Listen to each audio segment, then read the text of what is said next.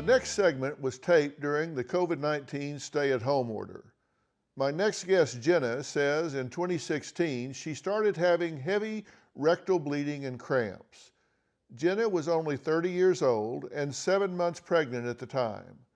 After her son was born, she says she wasn't prepared for the doctor's diagnosis. Jenna is joining me via Zoom along with my dear friend, Dr. Frida Lewis Hall, Senior Medical Advisor for Pfizer. Thank you both for being here. Jenna, let me start with you. What was it that the doctors discovered? Hi, Dr. Phil. Hi, how are you? I'm doing well, thank you. Well, after my colonoscopy, a biopsy, and several scans, it was revealed that I, in fact, did have stage 4 metastatic colon cancer, which means that by the time it was discovered, it had already spread to other organs in my body. Oh, wow. And Jenna, you're fighting cancer, and you and your husband, Derek, are raising a young son. So tell us about those challenges. Of course. So Cameron just turned 4 and he's very active and loves to play, not to mention he's a mama's boy. So the guilt and heartbreak of not always having the energy or physical strength to be the mom that I wanted to be um, felt insurmountable on top of everything else I had going on.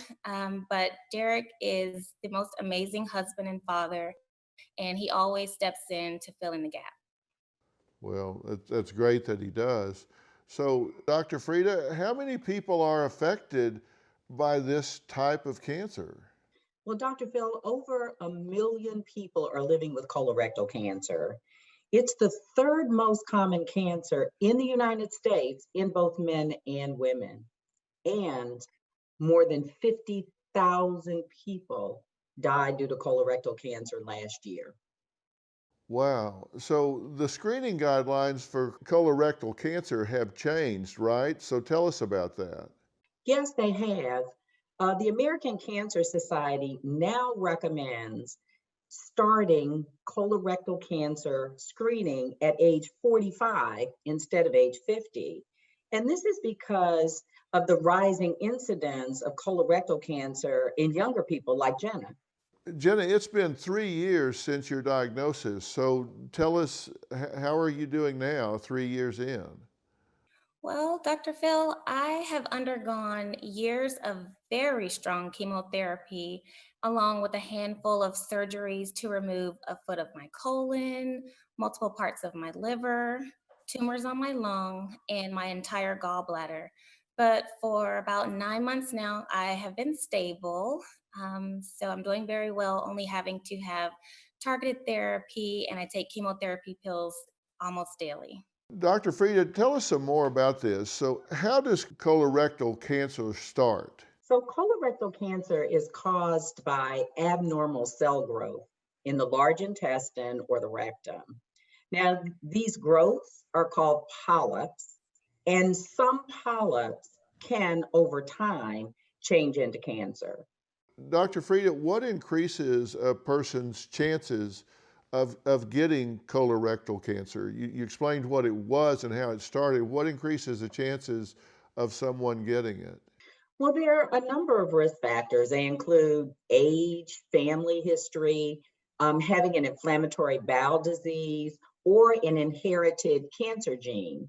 And there are also some lifestyle factors that can increase your risk, like tobacco use, a diet that's not rich in fruits and vegetables, or not getting enough activity or exercise. Well, that's good to know that there are things they can do lifestyle wise. So, what do people need to know about this type of cancer? Now, it can cause a bellyache, weakness and fatigue, unintended weight loss, blood in the stool, or changes in bowel habits. But symptoms aren't always obvious. So talk to your doctor so together you can make an informed decision about whether to get screened.